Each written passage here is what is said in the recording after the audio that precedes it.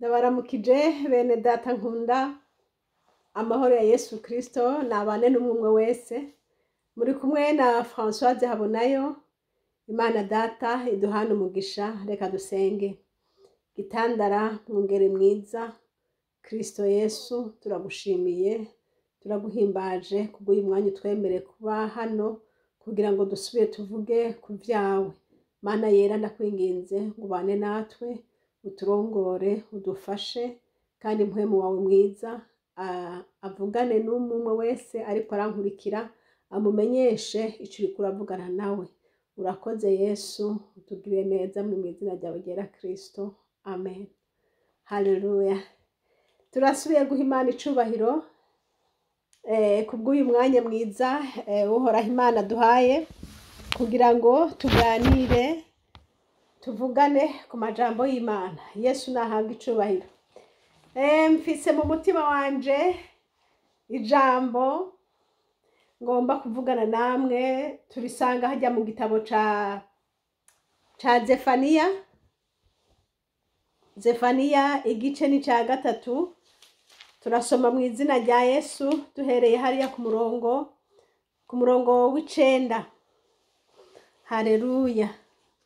Haravuga ngo kuko ico gihe nzohindura amoko bagire ururimi rutunganye, kugira ngo bose babone kwambaza izina ryanje jewe Uhoraho, bankorere bahuje umutima, bahuje inama.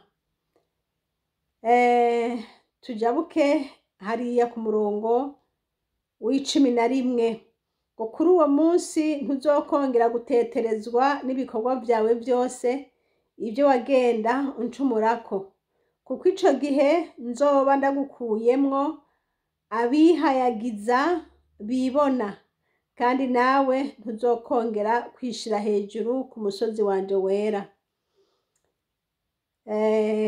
Ariko nzogusigazamwo abaciye bugufi n'abakene bo hasi, abo nibo bazokwizigira izina ryanje jewe Uhoraho. Amasigarira y'Abisirayeli ntibazokora ibyo kugabitanya canke ngo bavuge ibinyoma, kandi nta rurimi rw'ubugunge ruzoboneka mu kanwa kabo. Bazorisha bagaramange atawubateye ubwoba. Imana nihabwe icubahiro. Reka tugende hariye mu gitabo ca Matayo igice ca 5, naho hariya ku murongo wa 3 havuga ngo iki? Havuga ngo harahiriwe aboro mu mitima yabo, kuko ubwami bwo mwijuru ari ubwabo. Imana nihabwe icubahiro.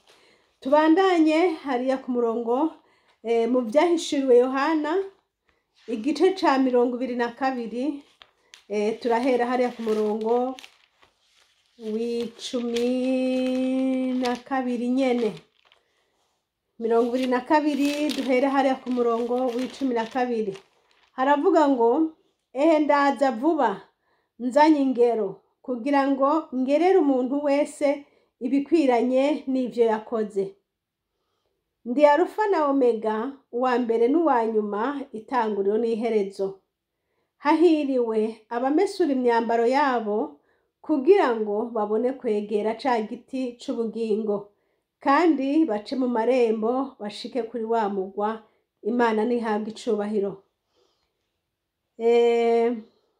N'aya majambo inshuti zanje bene data ngomba ko tuganirako. Umuvugishwa n'Imana Zefaniya, Imana yaramweretse, iriko iramubarira, iriko iramubwira ingene umugisha uzoba ku masigarira y'Abisirayeli. Iyo umuntu avuze ngo ku masigarira, ni ukuvuga ngo abazoba barasigaye, abandi bazoba bagiye hehe? Amasigarira y'Abisirayeli. Ku murongo w'8 ntitwahasomye, ariko haravuga ngo nuko rero nimundorere, niko Uhoraho avuze, gushitsa ku munsi nzohaguruka nja kunyaga kuko niteguye gukoraniriza amahanga hamwe, negeranye ibihugu ngo ndabasuke ko uburakari bwanje niryo shavu ryanje ryose ry'inkazi, ngo kuko isi yose izotongorwa n'umuriro n'ugupfuha kwanje. Bene data nshuti z'umusaraba, Uhoraho Imana adufashe kandi adushoboze tumenye ngo ibyo dukora uyu munsi hazogera igihe bihere, kuko ijambo ry'Imana rivuze ngo kuko isi yose izotongorwa n'umuriro n'ugupfuha k'Uhoraho. Ngo isi yose izotongorwa n'umuriro, ngo kubera yuko ibyaha by'abantu bononye iyi si duhagaze barayononye. Kandi Uhoraho Imana yavuze ngo kuko icyo gihe ngo nzohindura amoko ngo bagire ururimi rumwe ngo rutunganye, ngo kugira ngo bose babone kwambaza izina ryanje Uhoraho. Igihe nasomeye amajambo nabonyemo ibanga rikomeye cyane, kugira ngo umuntu yambaze Uhoraho hari ikintu Imana igomba ko abantu bagira ururimi rutunganye. Kugira ururimi rutunganye, umuntu yambaza Uhoraho akwiye kugira ururimi rutunganye, ngo izina ryanje, ngo kugira ngo babone kwambaza izina ryanje je Uhoraho, ngo bankorere bahuje inama. Haleluya! Abantu bagomba gukorera Imana canke abantu bashimisha Imana mu bikorwa byabo, n'aba bantu bakora bahuje inama, n'aba bantu bafise ururimi rutunganye. Murindi jambo n'aba bantu badafise ugucanamwo, n'aba bantu bafise kumvikana n'urukundo bakagenda bajana mu gikorwa c'Imana.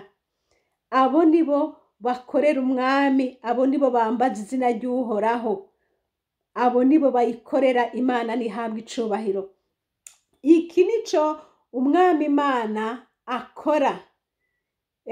Iyo hari ibihe bigoye abantu bakaba batumvikana, abantu bakaba badashira hamwe, aho Imana ntishobora kuba hagati yabo.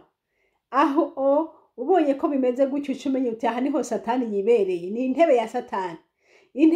Ahari intebe ya Satani hari ugucanamwo, hari amajambo atameze neza, hari insaku, hari ukwidongana, hari hipokirizi, hari ubujyajya bw'uburyo bwose.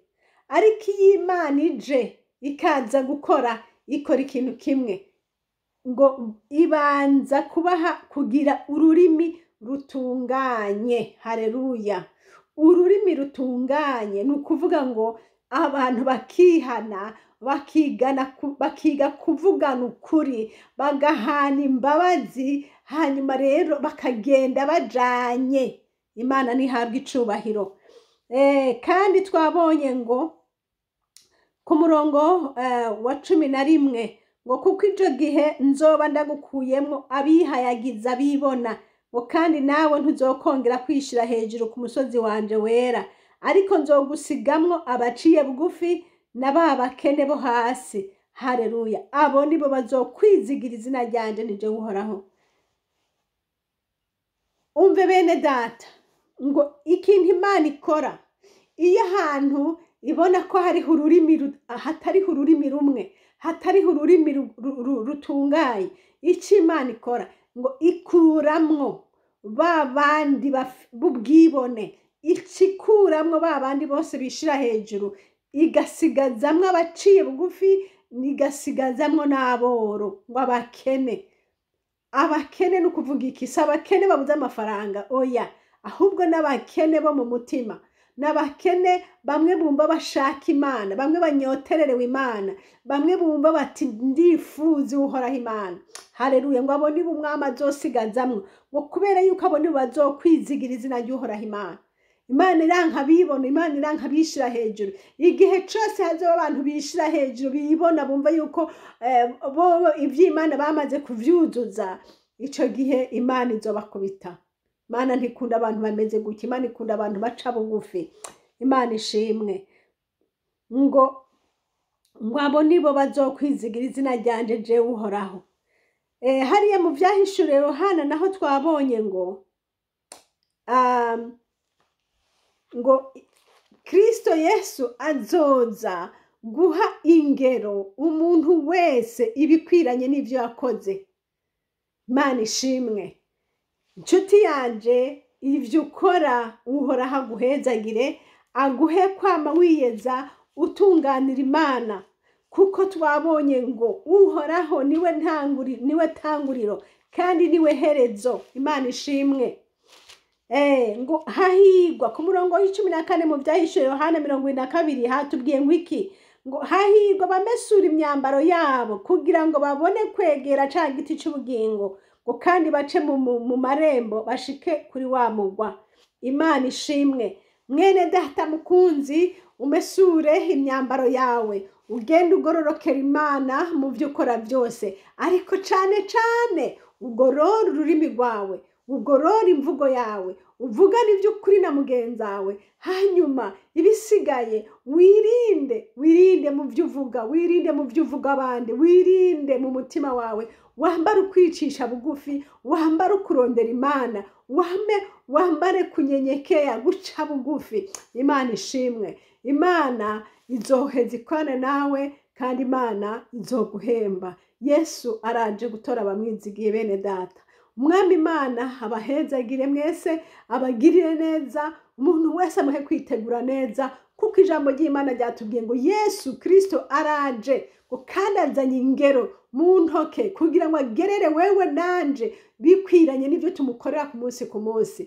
Imana ibahezagire. Mwari kumwe na Françoise. Nta byinshi mvuga, twari kugukangura mwene data, kukubwira ngo subira urabe ukugendana na Kristo, subira urabe ukukwana n'umwami Imana.